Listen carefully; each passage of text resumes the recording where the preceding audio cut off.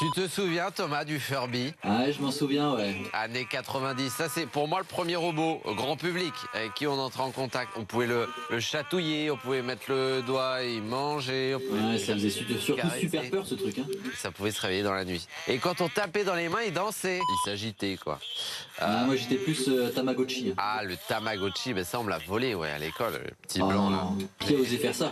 On parlera robot dans un instant. Ça t'intéresse, les robots? Ouais, c'est pas ma grande passion, hein. Ouais, ça te fait autant peur que rêver. Moi, ça me fait plus peur que rêver, tu vois. Ok, toi, t'as regardé le film Intelligence Artificielle. Il était pas mal, ce film, hein. Il y a un film avec Will Smith là, avec un robot. iRobot. Ouais. Moi, je l'ai en DVD, je te le passerai. Ah bah écoute, je me le refais ce soir. On parlera robot dans un instant avec un robot chinois qui vient de battre un nouveau record. Vous verrez ça. Bonjour à tous et bienvenue. Aujourd'hui, nous sommes jeudi 27 novembre 2025. Bonne fête Séverin, Séverine, également Astrid ou encore Virgile. C'est la journée du chou-fleur aujourd'hui. Alors, ce que j'ai compris, c'est qu'il n'y a pas vraiment de journée aujourd'hui, journée mondiale, internationale. Du coup, on a donné cette journée au chou-fleur. Tu aimes le chou-fleur ? Moi j'adore le chou-fleur. En gratin, c'est délicieux. C'est délicieux quand on vit seul. J-22 avant les vacances de Noël. C'est arrivé un 27 novembre.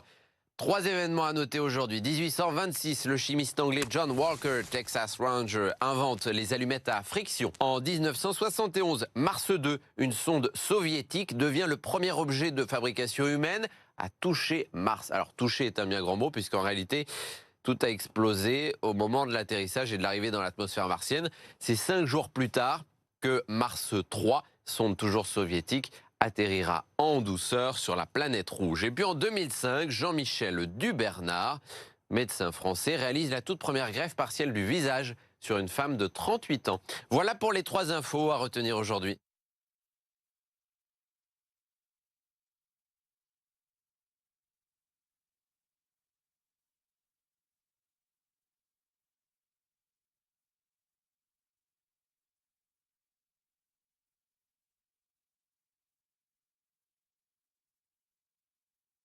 Et puis aujourd'hui, jeudi, comme chaque jeudi, on parle de ce qu'on veut. Et je vous emmène cette semaine en Chine pour vous parler d'un robot. Je vous présente Agibot 2, 1m69, 2 jambes, 2 bras et quasi un visage, qui vient d'entrer dans le Guinness Book des records. Il a parcouru 106,286 km, la plus longue distance en autonomie pour son espèce.